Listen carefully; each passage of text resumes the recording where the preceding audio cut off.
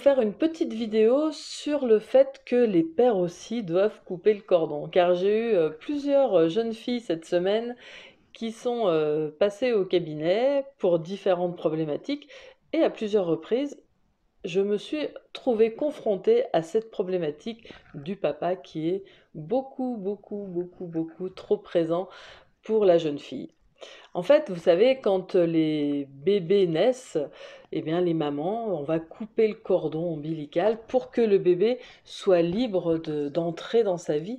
Et c'est vraiment important parce qu'il doit, après, petit à petit, il va grandir, il va apprendre à marcher, il va apprendre plein de choses et il doit être libre de ses mouvements. C'est sûr que s'il y a le cordon qu'il retire à droite, à gauche, si lui va là puis que la mère elle va là-bas, ça va tirer dans l'autre sens, il va pas pouvoir expérimenter les choses.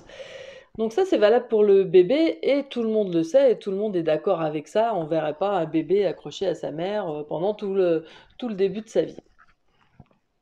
Et il y a une chose qu'on voit un peu moins souvent, mais qui est tout aussi valable, c'est qu'il faut, pour les jeunes filles surtout, couper le cordon avec le papa quand elles commencent à avoir, à l'âge de l'adolescence. Et là, notamment, la dernière, l'exemple que je vais vous donner, c'est sur une jeune fille qui commence des études de médecine et qui a raté sa première année de médecine.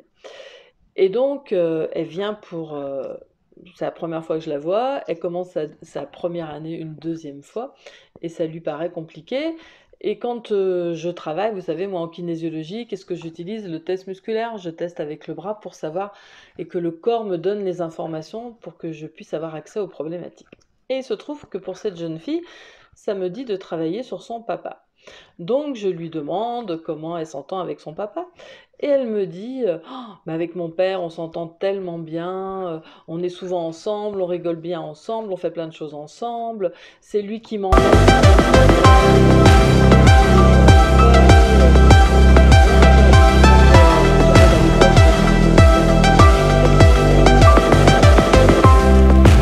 Et donc, je lui dis, d'accord, ton père il t'emmène, donc t'habites loin, faut se déplacer pour aller de ton école ici. Et elle me dit, bah non, en transport en commun, ça met 5 minutes. Ok. Et quand il va en voiture, bah, ça met à peu près un quart d'heure. D'accord.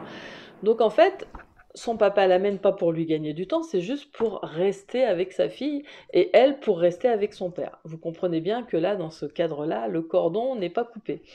Après, quand on a plus de 18 ans, 19 ans, qu'on a 20 ans, c'est important que les enfants, comme quand ils sont petits, ils doivent expérimenter eux-mêmes les choses. Quand on est petit, pour apprendre à marcher, bah, il faut accepter à un moment donné de tomber, et c'est en réadaptant ses pas qu'on va arriver à trouver le juste équilibre pour la marche. Et c'est valable pour tous les apprentissages. Quand les jeunes filles commencent à faire des études un peu plus prolongées ou quand elles ont fini puis qu'elles doivent s'éloigner un peu plus souvent de la maison, il est vraiment important de les laisser aller vers ce qu'elles ont à faire et de leur faire totalement confiance. Et même s'il y a des écueils qui peuvent arriver, eh ben, c'est à elles de gérer ça parce que en gérant les problématiques sur lesquelles elles vont être confrontées, ça leur permet de gagner en confiance en elles. Ça leur permet de se sentir plus fortes et de savoir que la prochaine fois, elles sont capables de gérer ces problèmes-là. Alors que si on fait tout pour les laisser dans un cocon, on a des personnes qui vont après manquer d'autonomie. Et là, pour cette jeune fille notamment, elle veut être médecin. Donc pour être médecin, il faut être réactif, il faut savoir s'adapter rapidement, il faut vraiment être très... comment dire, il faut vraiment avoir un regard très réactif sur ce qui se passe dans la vie pour avoir l'action qui correspond.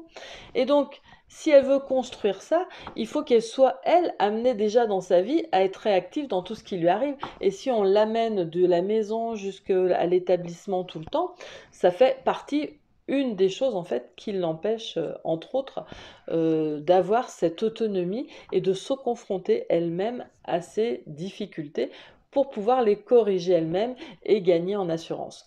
Donc du coup, ça va pas du tout avec ses études de médecine, et c'est vrai que ça fait partie, il n'y a pas que ça bien évidemment, mais comme c'est une fille qui est bosseuse, ça fait grandement partie de ses problématiques. Il faut qu'elle s'autonomise.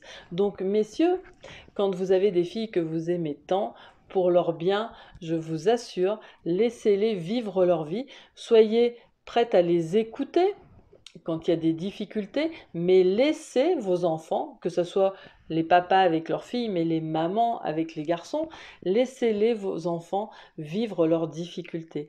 Accompagnez-les pour qu'ils puissent eux-mêmes arriver à trouver des solutions, pour qu'ils s'améliorent dans leur capacité d'adaptation, pour qu'ils s'améliorent dans leur confiance en eux. Et que du coup, vous allez leur faire plus confiance et eux, ils vont gagner en estime d'eux-mêmes. Et c'est là que vous allez avoir des enfants que vous allez sentir épanouis et qui vont avoir confiance en eux et du coup qui vont réussir dans leur vie. C'est vraiment très important. Donc n'essayez pas de cocooner vos enfants, ce n'est pas leur rendre service, même si c'est pour vous dire oui mais ça lui gagne du temps ou c'est un bon moment qu'on passe ensemble. Eh bien il faut qu'il y ait ces bons moments, mais il doit être moins. Parce que là, dans l'exemple de ce monsieur qui accompagne sa fille chaque moment, le matin comme le soir, dans ses études, bah, qu'est-ce qui se passe? C'est que cette fille, elle n'a pas d'autonomie. Imaginez, elle sort d'un cours et puis il y a quelqu'un qui lui propose, bah viens, on va réviser à un endroit, on va boire un coup quelque part. Et ben elle dit non, faut que je rentre, j'ai mon père. Donc elle n'est pas pleinement dans sa vie. C'est un petit peu comme si, à la naissance, on lui avait laissé encore le cordon. Donc il est temps de couper ce cordon pour le bien de vos enfants. Voilà, c'était un petit exemple qui me paraissait important parce que voilà, les messieurs souvent avec les filles et les mamans avec les garçons, eh ben, vous avez du mal à couper ce deuxième cordon qui est plus énergétique, qui est dans l'énergie entre vous, c'est pas quelque chose d'une réalité comme pour la naissance, mais qui est tout aussi important. Voilà, je vous dis à très bientôt.